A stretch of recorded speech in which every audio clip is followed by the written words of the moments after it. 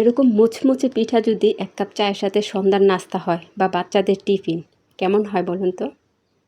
আসসালামু আলাইকুম, আপনাদের সাথে লোভনীয় আমের পিঠার রেসিপি শেয়ার করছি। এখন চলে যাচ্ছি মূল রেসিপিতে। কিছু পাকা আম নিয়েছি, আপনারা কিনে আম নিতে পারেন, গাছের আম নিতে পারেন, আমি গাছের আম নিয়েছি। কেটে নিয়েছি, এখন ব্লেন্ড করে নিব। একটু পানি দিয়ে ব্লেন্ড করলে আমের পিউরিটা একদম স্মুথভাবে হয়। আর একটু চিনি দিয়েছি। ব্লেন্ড করা হয়ে গেছে, ছাকার প্রয়োজন নাই। আপনারা যদি আঁশ বেশি মনে করেন তাহলে ছেঁকে নেবেন। একটু তরল দুধ দিয়েছি। আপনারা তরল দুধের সাথে কিন্তু চাইলে পাউডার দুধও ব্যবহার করতে পারেন। আর সামান্য একটু লবণ। এখন চুলায় বসিয়ে দিব। নেড়ে চেড়ে ঘন করে জাল করে নেব। যখন ঘন হয়ে আসবে আমি আটা অ্যাড করে দিব। আপনারা ময়দা বা চালের গুঁড়া দিয়ে পিঠাটা তৈরি করতে পারেন।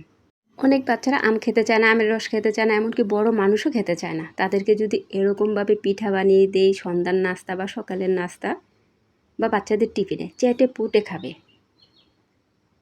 কেউ খেতে চায় না বলে বাসায় আম নষ্ট হয়ে যায়। রুটি বানানোর ডোয়ের মতো তৈরি করে নিব। মতে নিব, সামান্য একটু তেল দিয়েছি হাতে যেন আটাটা না লেগে যায়।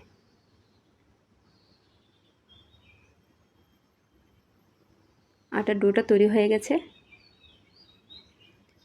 ছোট ছোট করে আমি লেচি কেটে নিব। এটার জন্য একটা ছোট গ্লাস নিয়েছি, টুথপিক নিয়েছি। এভাবে ছোট ছোট লেচি কেটে নিয়েছি আর এভাবে গোল করে নিয়েছি। আপনারা চাইলে কিন্তু 2 হাতের তালু দিয়েও গোল করে নিতে পারেন। যেভাবে হোক গোল করে নিলেই হলো। আর গ্লাসটা নিয়েছি একটু ডিজাইনের জন্য। সামান্য একটু তেল দিয়েছি, গ্লাসে যেন লেগে না যায়। চাপ দিয়ে পিঠাটা তৈরি করব। মানে আমি একটা ডিজাইন করেছি, আপনারা আপনাদের পছন্দ অনুযায়ী ডিজাইন করে নিতে পারেন। টুথপিক এনেছি, টুথপিকটাকে বেশি কাজে লাগাই নাই, চামচের গুঁড়া দিয়ে ডিজাইনটা করেছি। একটু পাপড়ি পাপড়ি ভাব করেছি, দেখতে সুন্দর আর আকর্ষণীয় হবে। কথায় আছে না, দেখতে সুন্দর যারে খেতে সুন্দর তারে। সবগুলো লেচি করা হয়ে গেছে। অনেকগুলো পিঠা হয়েছে। আপনারা চাইলে এক হাতেও করতে পারেন চামচ দিয়ে। মাশাআল্লাহ, কত সুন্দর পিঠাগুলো হয়েছে। আমি নিজেই প্রশংসা করছি। আর কতগুলো পিঠা হয়েছে। একটা কড়াই বসিয়ে দিলাম, পরিমিত তেল দিয়ে হালকা গরম হয়ে আসলে পিঠাগুলো একে একে দিয়ে দিব। বেশি গরম তেলে দেওয়া যাবে না, আর বেশি চুলার আঁচটাও বাড়িয়ে রাখা যাবে না। মিডিয়াম হিটে ধৈর্য সহকারে আস্তে আস্তে ভেজে নিতে হবে। এক পিঠ হলে আরেক পিঠ উল্টিয়ে দিব। আর অবশ্যই কড়াইটা যেন তেলতেলে হয় বা ফ্রাই প্যান হয়, মানে উল্টাতে সুবিধা হয়, তাহলে পিঠা ভেঙে যাবে না। আমার প্রত্যেকটা পিঠা একটু একটু চিরচির হয়েছে। বানানোর অনেকক্ষণ পর আমি ভেজেছি। আপনারা সাথে সাথে ভাজার চেষ্টা করবেন। এই ভিডিওটা যদি ভালো লেগে থাকে একটা লাইক, একটা কমেন্ট, একটা শেয়ার করে দিবেন, অন্যদের দেখার সুযোগ করে দিবেন। ফলো বাটনটাকে ফলো দিয়ে পাশে থাকবেন, সবার আগে আগে ভিডিওগুলো পেয়ে যাবেন। এখন আমের সিজন, আমগুলোকে ঘুরিয়ে ফিরিয়ে খাওয়া হলেই হয়। বাচ্চাদেরকে যেভাবে হোক খাওয়ানোর চেষ্টা করব। বড় ছোট সবাই পছন্দ করবে এই পিঠাটা। ভাজা হয়ে গেছে, এরকম ব্রাউন করে ভেজে নেবেন। আপনারা চাইলে আরেকটু ব্রাউন করতে পারেন। এই অবস্থায় পিঠাগুলো খাওয়া যাবে। উপর দিয়ে মুচমুচে, ভিতরে কিন্তু খুবই সফট। আমি একটা চিনি শিরা তৈরি করব। একদমই এটা অপশনাল।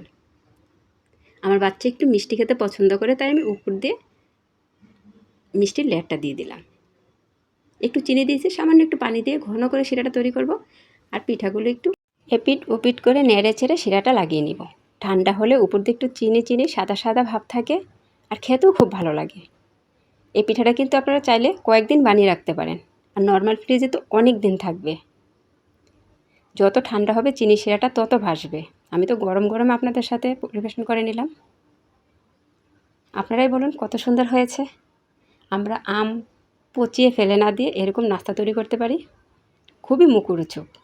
যত ঠান্ডা হবে পিঠাটা ততই মুচমুচে হবে। একটা ভেঙে দেখাচ্ছি, ভিতরে খুবই সফট, উপরে মুচমুচে। এতক্ষণ ভিডিওটা দেখার জন্য অসংখ্য ধন্যবাদ। আবারও চলে আসবো নতুন এক ভিডিও নিয়ে। আল্লাহ হাফেজ।